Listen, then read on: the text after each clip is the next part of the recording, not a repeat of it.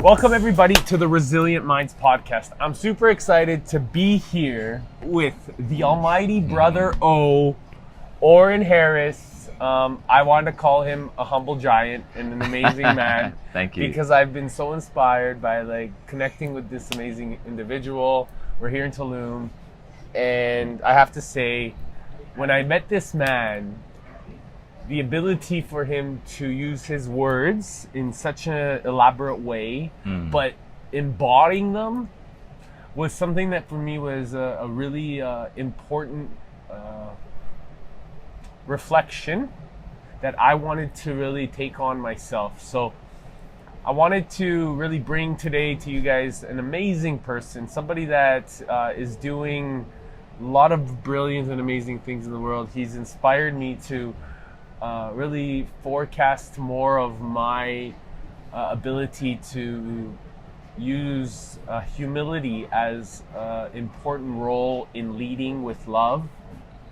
And I really want to just introduce Mr. Oren Harris. Welcome, brother. Thank you, man. Awesome to be here. Thanks for having me. Thank you, bro. I'm so excited this worked out. Perfect timing. I know, right? Everything. We're here in Tulum. It's amazing. It's gorgeous, yeah. The beach is right there, and we're just so much to be grateful for, brother. Yeah. I'm excited too because when you meet someone and feel the connection, to me the feeling in the moment is kind of like a preview of what is to unfold that we don't exactly know from this perspective. So I'm excited to dive in with you and to... Dude, you literally just spoke something to me right now that I talked about today. I wrote something on my Instagram, and it was along the lines of leaning into the unknown.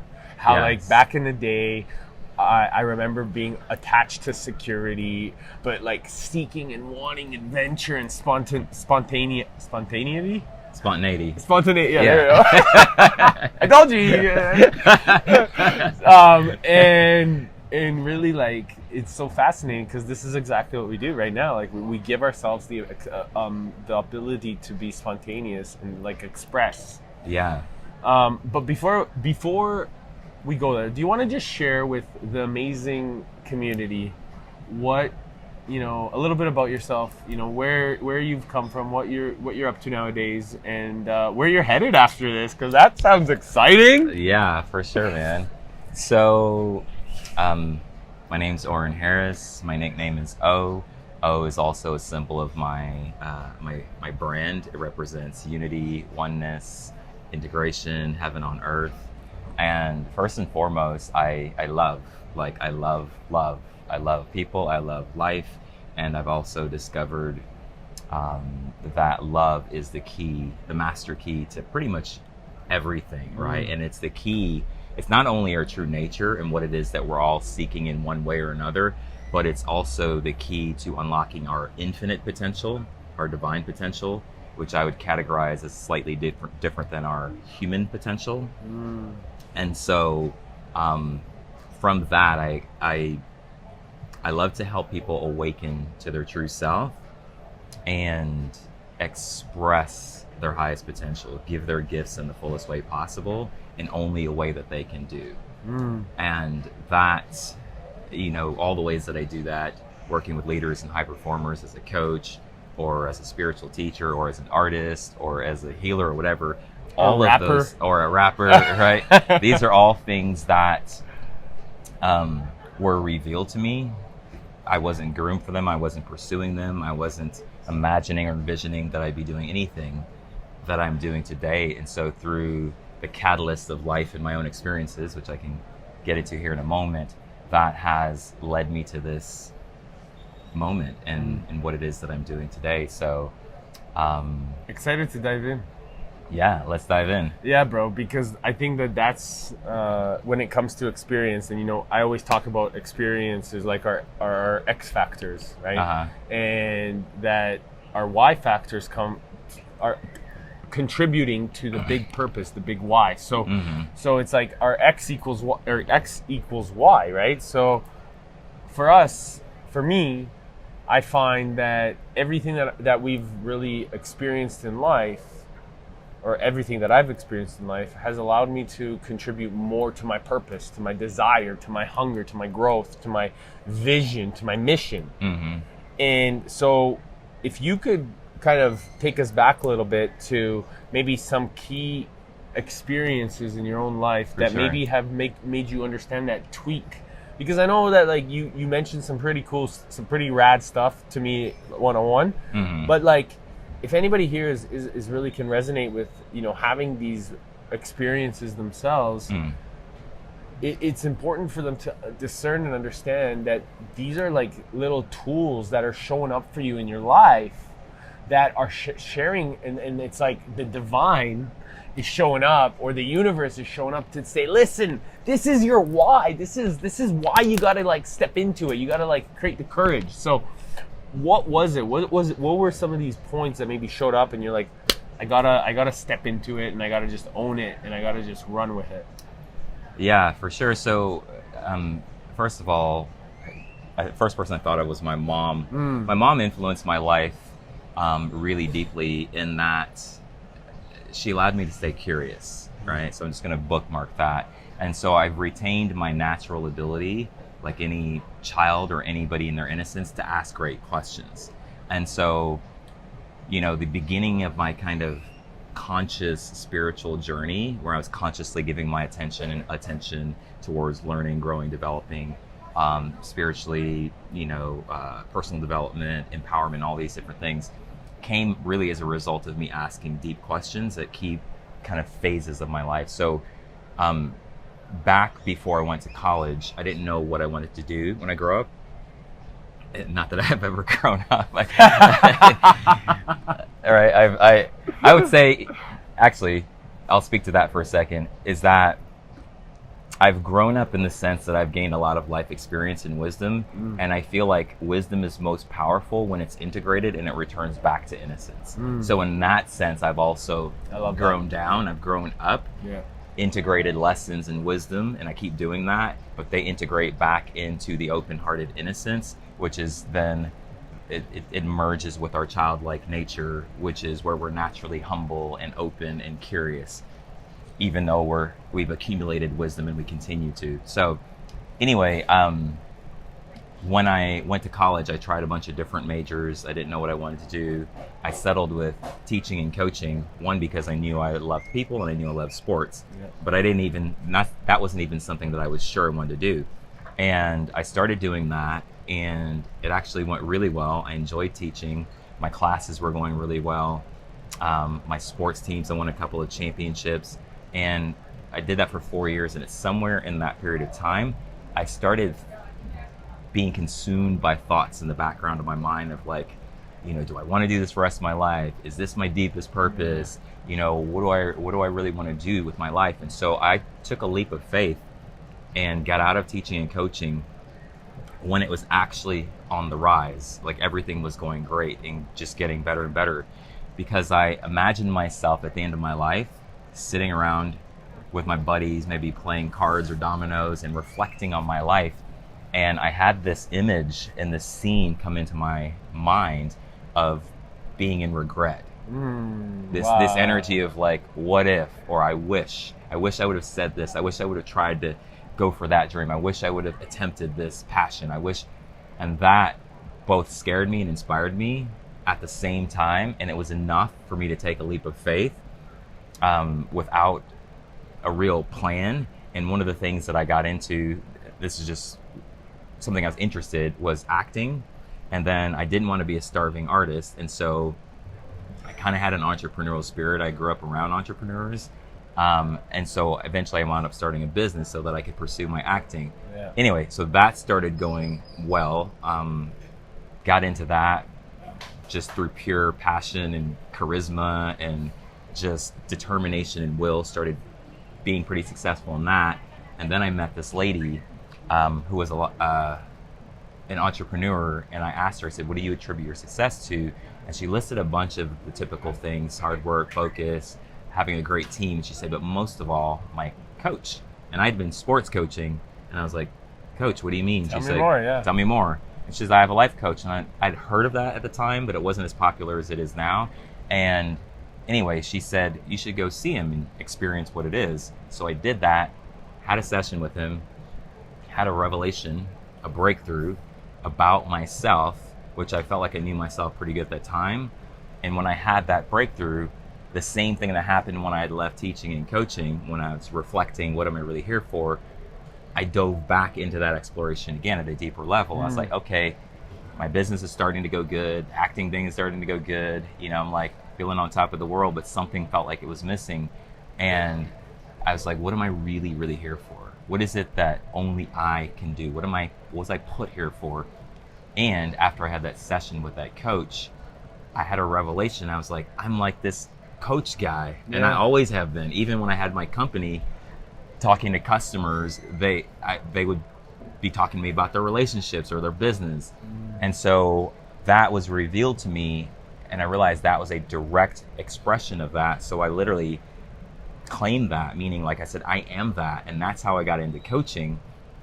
Fast forward, I kind of repeated my strategy. I interviewed or had lunch with a couple of successful coaches, and they said, if you're a great speaker, that's a great way to build your coaching practice.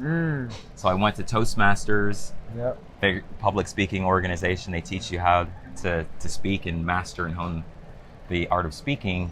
And I wrote out this talk, my icebreaker, the first talk. That's called Who Am I?, which later proved to be very prophetic. I just channeled this talk, and I was practicing it. I was walking around my apartment and videoing myself, and I was like, who am I? Who am I? Who am I? Who am I? You know, just stuff I had seen before. And I was getting anxious and nervous, and I wasn't even on stage yet. And I literally thought to myself, I was like, I don't know about this speaking thing, but I'm going to go do this icebreaker, this first talk, get it over with, and maybe continue with coaching. Long story short, oh, and I also said something that I don't even know what influenced this, but I was like, I'm not going to go try to do a good talk. I'm going to go up there, be myself, speak from my heart, and that's what will be successful to me. So I let go of all the mechanics and inflections, and which I hadn't really learned much at that point anyway, because I only went to one meeting. Anyway, so I go up there on the day of my talk. I look at the audience and I start and I say, who am I? If you'd have asked me that a few years ago, I'd have said I'm a teacher, I'm a coach, but is that really who I am? I go on with the talk. It's over. I get a standing ovation. And I was so present, but I was kind of like witnessing at the same time, or like my mind was quiet in the background, like what just happened here? Because I'm in the back of my mind, I'm thinking, can I curse on this? Yeah, of course. Yeah, okay. Of course. In the back of my mind, I'm thinking, these people don't know. I was walking around my apartment sweating, and I was like, fuck it. I don't know about the speaking thing. And now I'm getting a standing ovation. Everybody's speaking to me and looking at me like I'm a genius or something. And so this was the second revelation point, because what happened is after that meeting, when people were like, wow, that was amazing, inspiring, made me cry, best icebreaker I've ever heard, I was taking it in as best I could, but I was still like, what happened? And what I realized, the first realization, the first answer to that question I got was, at the end of the day, everybody just wants to be themselves and feel good about it. And because I was willing to bare my heart and my soul, I was speaking to people's hearts. I was speaking to people's spirit. It wasn't the words that I said, it was where I was coming from. And then I was like, well, if that's speaking, I can do that. I am that. That's how I started speaking. Fast forward, or at the same time, so now I've discovered a new purpose. I'm like, I'm coaching and I'm speaking. I'm in this transition. And I'm in my heart. Yeah. And I'm like, wanted to keep exploring that. I realized that what I experienced in the speaking was similar to what I had experienced in sports. The athletes would call the zone. Now people call it flow or flow states. And I was like, oh, the flow. So I dove deeply into the exploration of flow, because I realized if I could be in flow in sports and flow in speaking, then there's got to be something to this that I can just be in flow more and in every area of my life. And so that was the first speaking topic. After I said I am a speaker now, I never went back to Toastmasters. The first thing I started speaking about was flow. While all this was happening, I was in a relationship with a woman from Arkansas, a white woman, and that is relevant to the story. otherwise I would, it'd be like white, black, Mexican, whatever. Yeah. It's completely relevant to the story because her parents were racist. I was gonna try to say that another way, but they It's were. all good. It is what it is. Yeah, Yeah.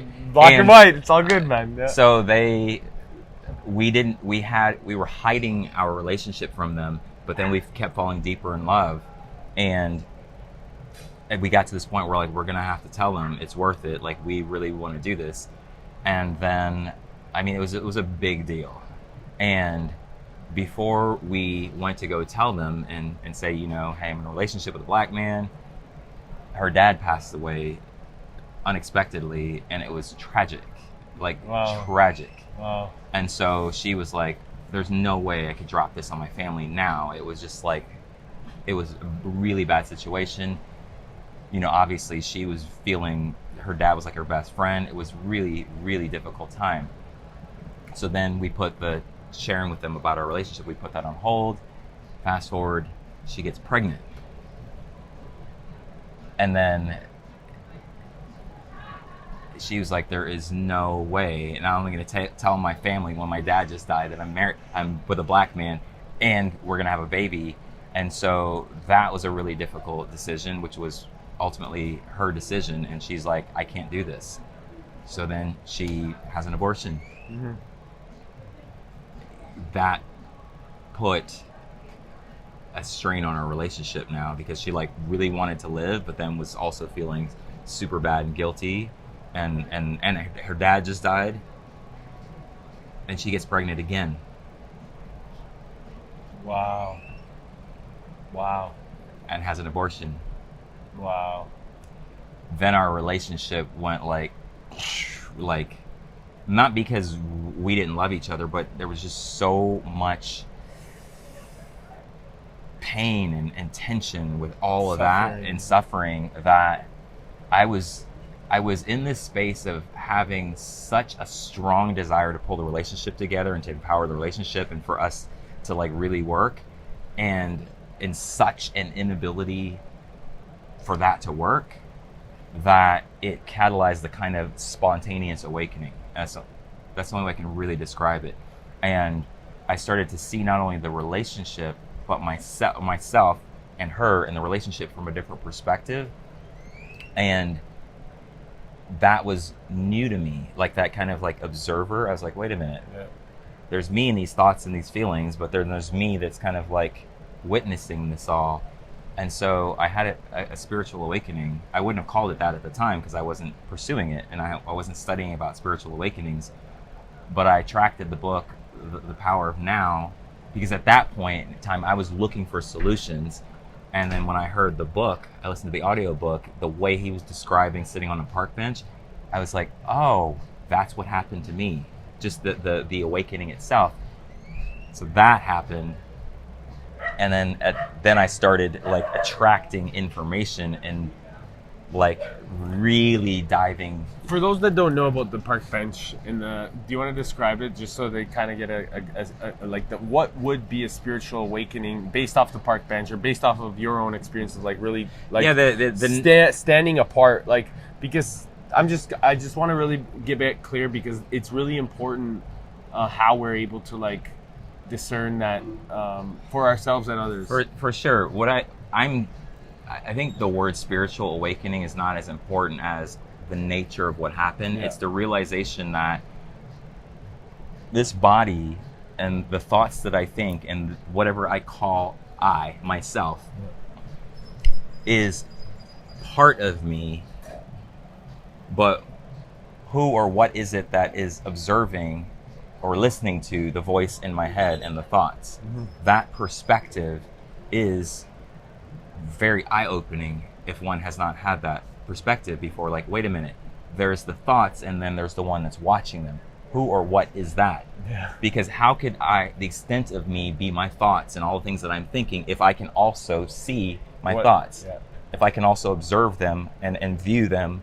And so I realized that I wasn't my thoughts, and that this structure of what I was calling, wow, like, yeah, holy cow. Yeah, that was a revelation. Yep. And at the same time, I realized that my beliefs, a lot of the beliefs that I had about myself, about the world, about reality, were not truth. I realized the difference between a belief and truth, and that the beliefs that I had, many of them I just assumed, adopted, absorbed, accumulated, because they were like, "Oh, didn't ask the questions." And didn't ask, like you said originally. And didn't ask the questions. And so that was shocking and liberating at the same time too, because I was like, "Wow, I don't know really who I am," because a lot of who I thought I was my mind, and also all the beliefs and the stories. And the stories, and I'm like, that's not me. And so who am I beyond all of these beliefs? And I realized what beliefs were, and that beliefs in a sense can pacify us with the illusion that this is what we are,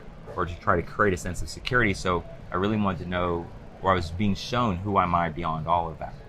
And that is, several major chapters. Huge. Of then. So then when I started speaking and coaching, eventually I noticed that the people in my audience were like visionaries and entrepreneurs and attracting world the right changers, people, and I was attracting all these types of people. So now today, those are the people that you actually serve and mentor. Right. And that's really like that's been now the mission, to like really help them amplify their message. Right. If I'm not mistaken. No, that's correct. I was just thinking of another, because you were talking about key chapters. Another key chapter in that realization was that people pleasing was something, it was like a disease almost, like our airborne virus, and almost everybody had it.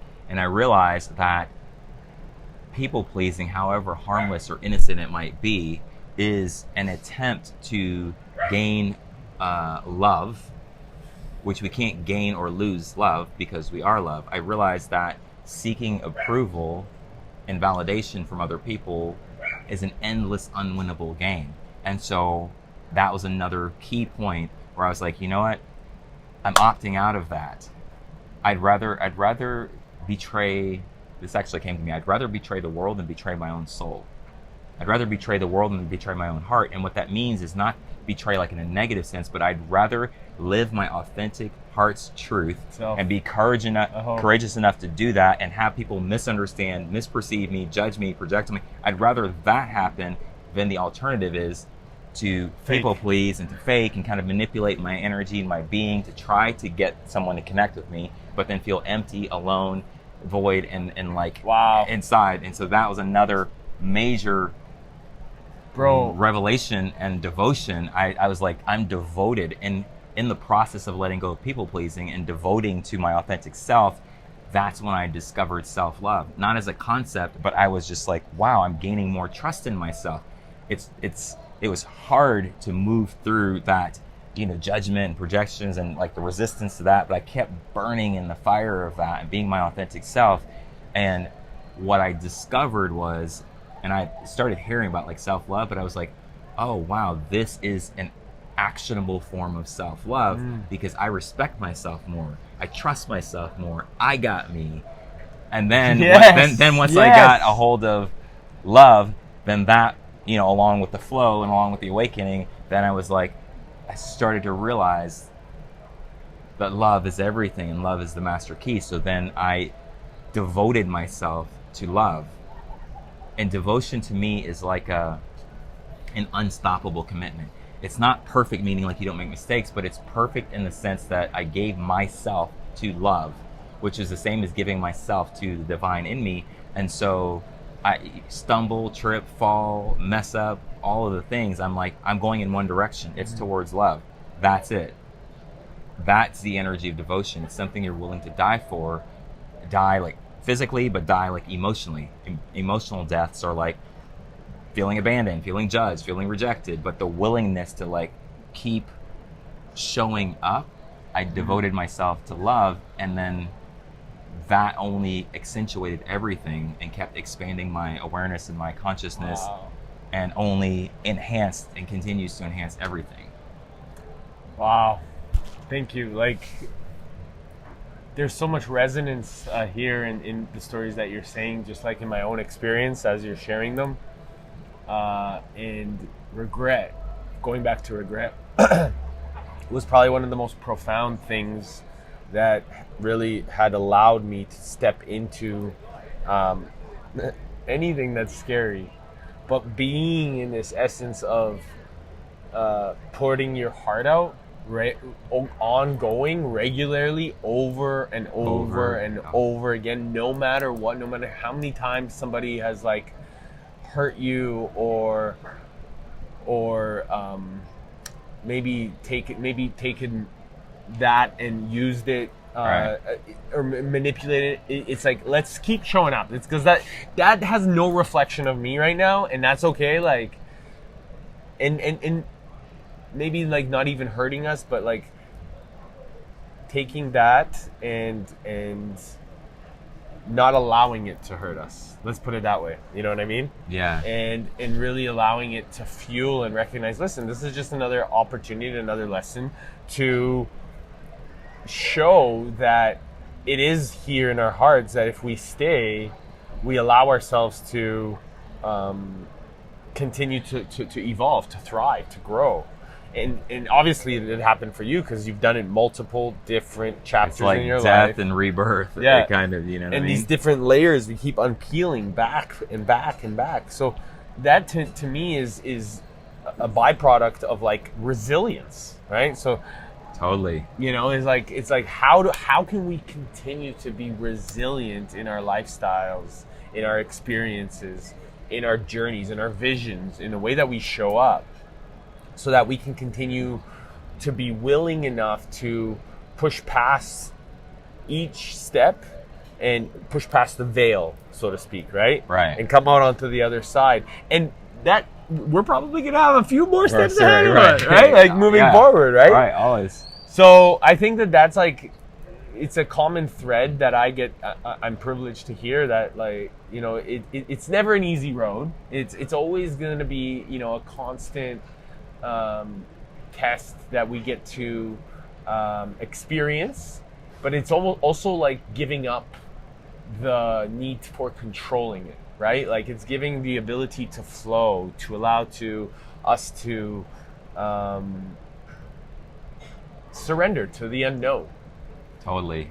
When you say resiliency, and I was just feeling like, if I were to say like my resiliency dojo, or what has developed the most resiliency in me, it has been this energy of devotion, which the energy of devotion, like I said, is something you're willing to die for, whether it's your kids or love or your mission, but truly something. Because what happens is, when you have the energy of devotion, and then you're willing to, you've given yourself to the process of death and rebirth by virtue of that, and it's that devotion that has resiliency built into it. It has, you know, resourcefulness built into it. So for me, it's been awakening the quality of devotion that has had me be so resilient that I don't even necessarily think I'm being resilient. I'm just like, I'm just like available. I'm like, this is what I'm doing. This is what I'm being. This is how I'm showing up. This is how I'm showing up, and this is what's being called forth, and I'm giving myself to it. Whether I know how, whether it's scary, I'm just giving myself to it. But that, as you say that, I'm like, oh, that's the quality of resilience. Like, resiliency is built into that. So what's something now that you feel that you're being resilient through right now, to like push yourself through? Is there something currently? Yeah, my relationship is in a transition, and like a beautiful transition. We kind of outgrew the previous container, like on a soul level, and so we've consciously are expanding and taking some space.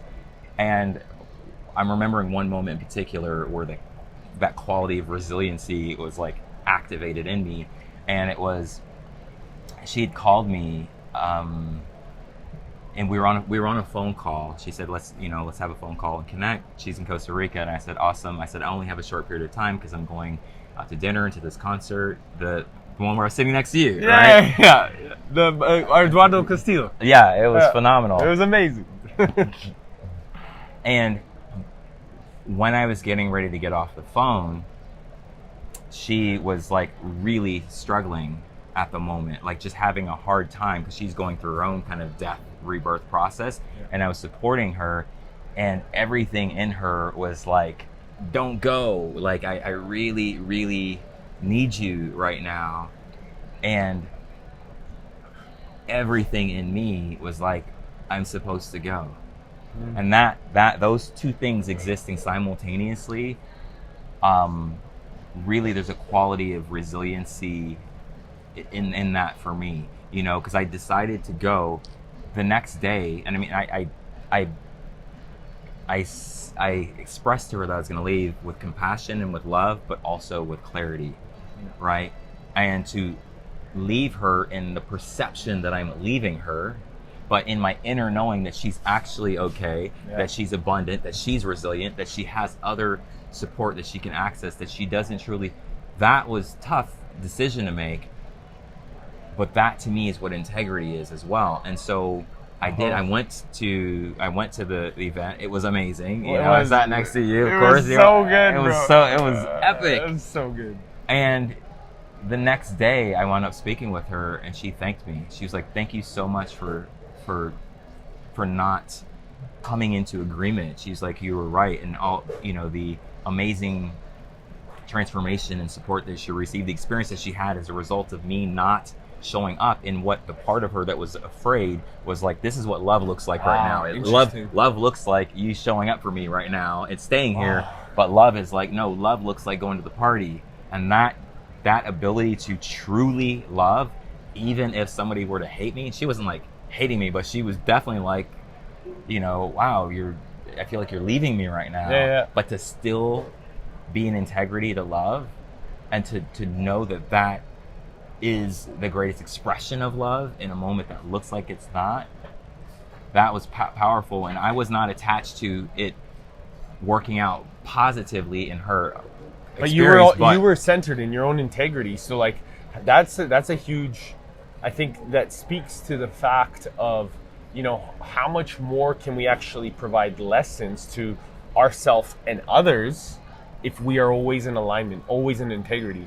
Right. So how, like, you know, it may not be like that in the current moment. It may not seem that way, but as long as we are at the end of the day making sure we're in alignment, we're allowing ourselves to really be in, and integrity is such a powerful component to like providing clarity for ourselves. Like, no, like, this is what I need to do. I need to go to the concert, but and you might be upset and you might be pissed and you may never forgive me or whatever. Right. But then trusting that because I'm in integrity, that this is just the proper way of allowing it. Because you could have pleased her. You could have like stepped in there and easily, because like, I didn't need to go to the concert. I didn't have to go to the concert. I'm not in lack. There's plenty of amazing events. It wasn't even about that.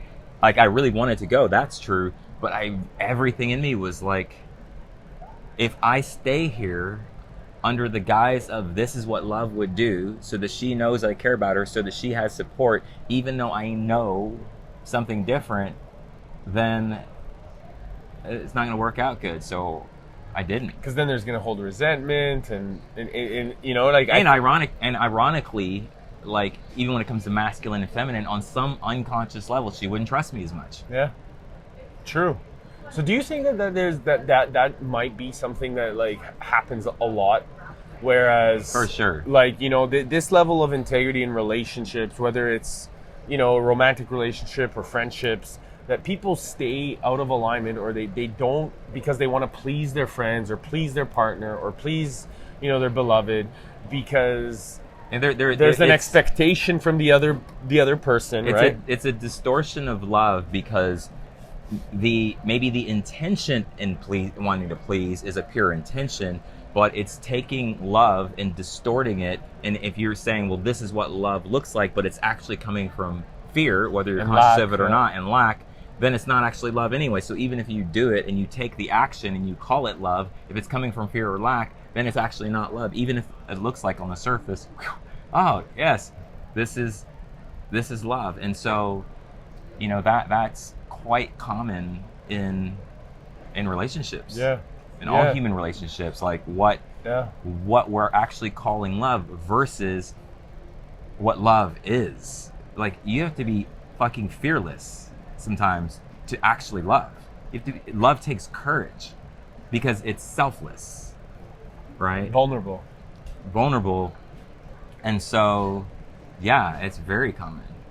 You know, when you're talking about that, and like really, it resonated with my ex-girlfriend, and there would be times where I would be out of integrity, and I would, like, you know, kind of like want to please her and support her, and although it may have not served me, I wanted to, and because of that, that's exactly what happened. Our relationship kind of deteriorated, and she's still an amazing human, and we still talk, and we're still, but like, there was a moment where I think that there was a little bit like lack of trust in me, because I ended up, you know, just kind of like pleasing that whole experience, and it happened so that, you know, I ended up kind of stepping away and really like recentering myself, and it allowed me to really understand, hold on, like, as the observer,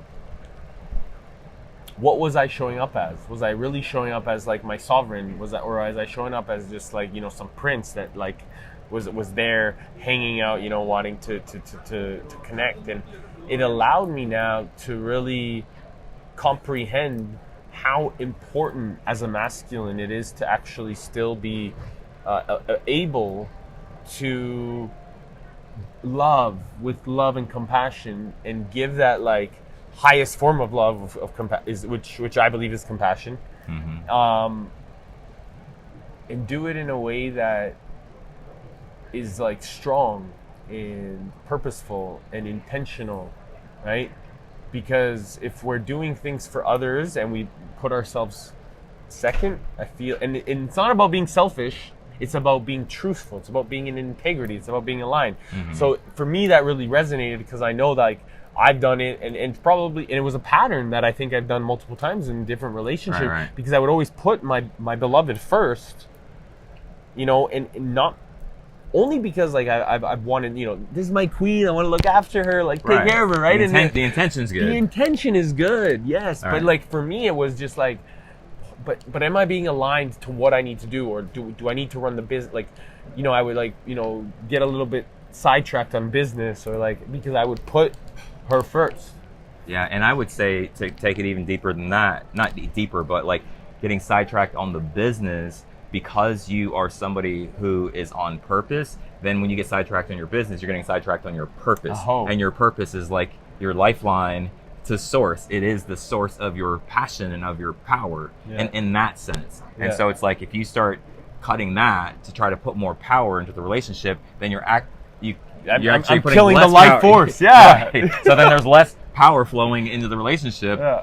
You know, it's like, you know, hey, I'm here. Yeah, exactly. And that's how it felt. This is great. That's how it felt, bro. Like, I felt like lost and confused. And like I swear it was so funny, because and it's so funny because like Julian, our friend that's here, he's like, man, when I met you, you seemed confused. It was so funny. And then when he met me here again in Tulum, he's like, wow, like you're a fucking different human. Like, and that's exactly why, because I was allowing, like you said, that life force against me, right? So I think that that's really important, and really identifying that in a relationship, whichever one you're in. Right. And speaking of balance, Eric, balance, I find that if you take what we're saying, then there's some people that are out of balance in terms of they're trying to put too much into the relationship at the expense of their purpose. And then there's other people that are, you know, have a kind of lack around their purpose, and it throws them out of balance on their relationship. Meaning there's more love and attention trying to pour into the relationship. But the simplicity of it is to stay true, then that's where the balance can actually happen in terms of how that manifests and how your attention is flowing, you know, in your purpose and also in your relationship and your family. Yeah. But I see that kind of How do you stay in out balance? of balance, How do you stay in balance? staying true to Yeah. my spirit. It's the simplest point. It's the highest intelligence that takes care of everything. And when you go to simplicity, when you go to energies like truth or love, then because they are in harmony with all of life, basically, when we're in harmony with our true nature, which is love, then we are in harmony and with our higher self and with the universe, and we're also in harmony with everyone else's higher self in the universe. Then any action or directive that comes out of that almost effortlessly can harmonize perfectly and balance itself with everything and everyone else. Mm-hmm. As soon as we get into fear or lack or control, then even if we try to create balance, then we're actually perpetuating an imbalance. And so it's not as effective and may not even work if we're trying to create balance from our ego structure, because then we're like looking at, oh, I've got, whatever, 24 hours in a day, and I've got my social life, my family, my relationship, and I'm trying to balance it. So there's a practical aspect of balance. But for me, I let that flow from the higher intelligence. It's the simplest point that helps almost organize everything else in terms of priorities of where I'm putting my time and attention. And I'm willing to follow that even if it doesn't look balanced. Like when I was on the phone with my girl, I was like, okay, you could arguably say, oh wow, the relationship needs attention right now, and I have a party.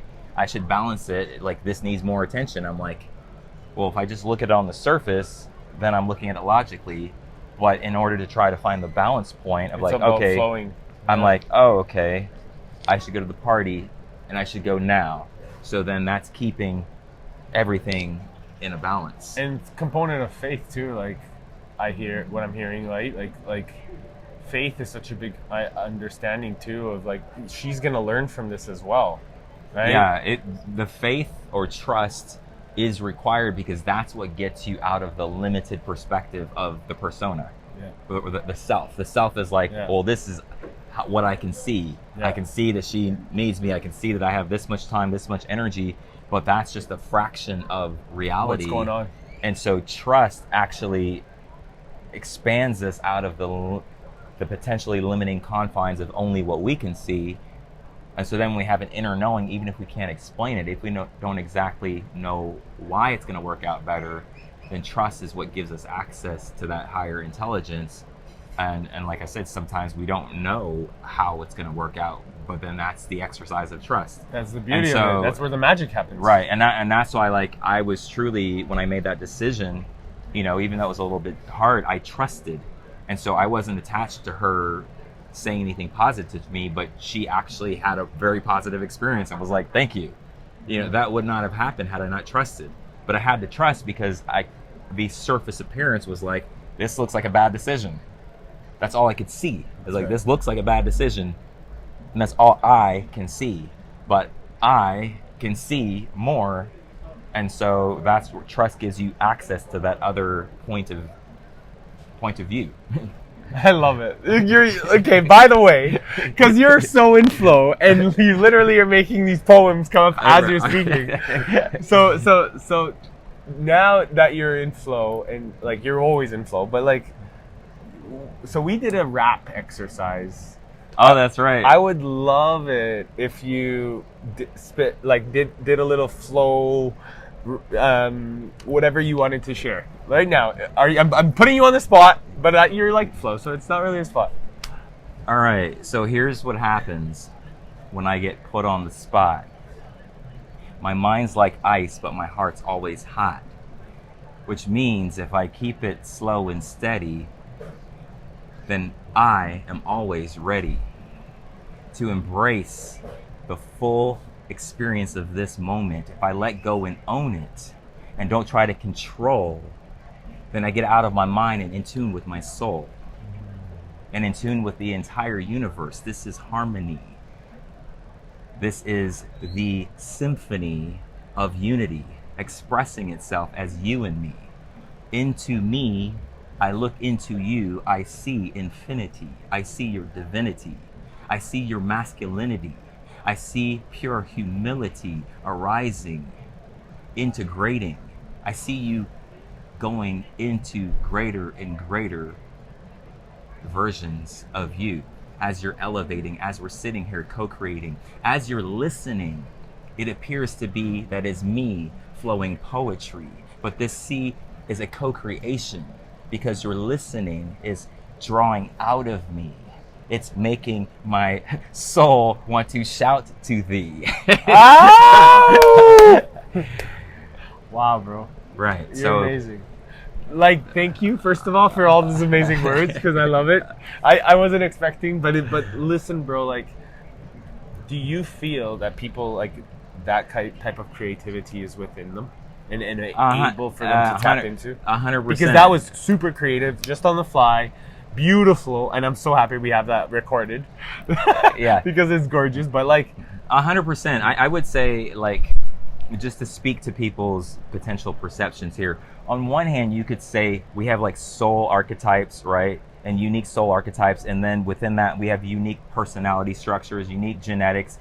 And so you could arguably say some people are more inclined to express creatively, or what we say is creative. But the truth is, creativity is life. The truth is, we are all actually creative because we're all creators. And so I haven't always been like, oh, just do a poem on the spot. At one point in time, I was like, I wonder if I could write a poem. And now I'm like on the spot with zero thought. Right?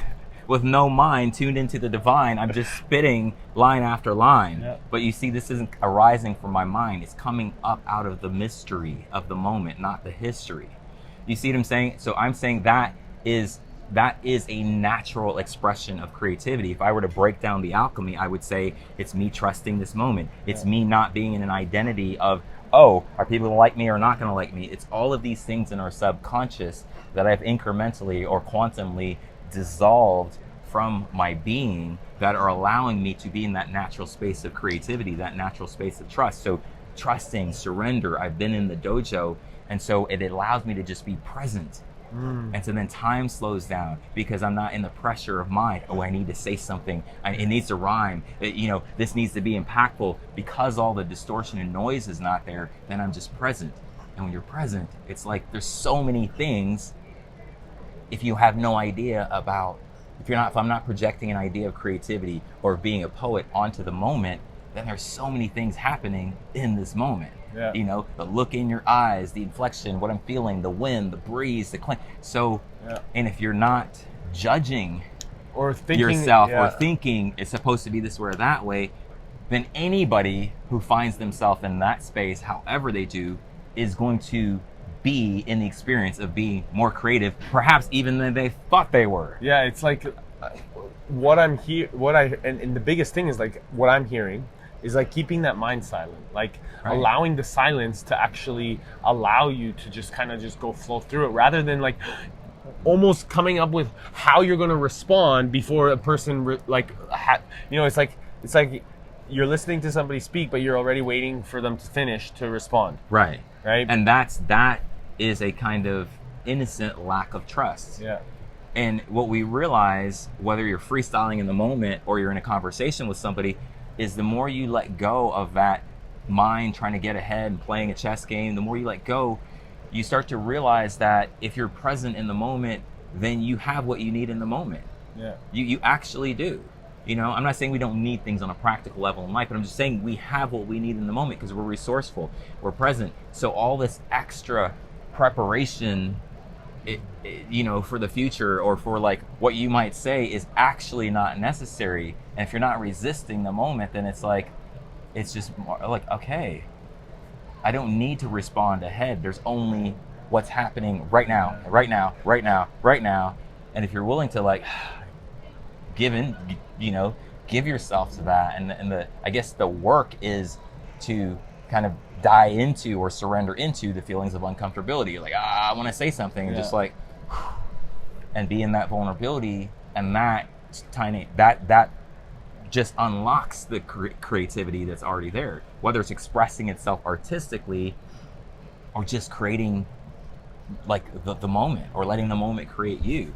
And so that's what I'm saying is that that's not special to me.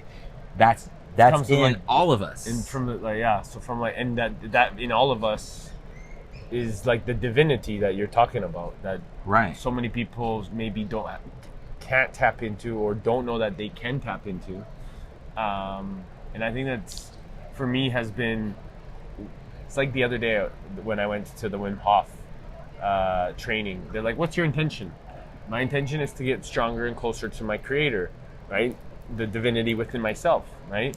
And I find that really allows you, the closer you get to that, it allows you to be more present, it allows you to be more flow. Mm-hmm. And instead of, because in the past I would literally sit here and have questions, or like, what should I ask? Right. Like, what should I ask him? Like, and it's right, like, and I said before we got on, like, literally that's how I used to run my podcast. And I think that for us, like, co-creating this has been so expansive for me to allow myself to trust. So I just really want to acknowledge that and thank you for that, because this is a really new experience for me, that I, like you said, let go of the control, let go of what needs to happen, and just appreciate what's right now.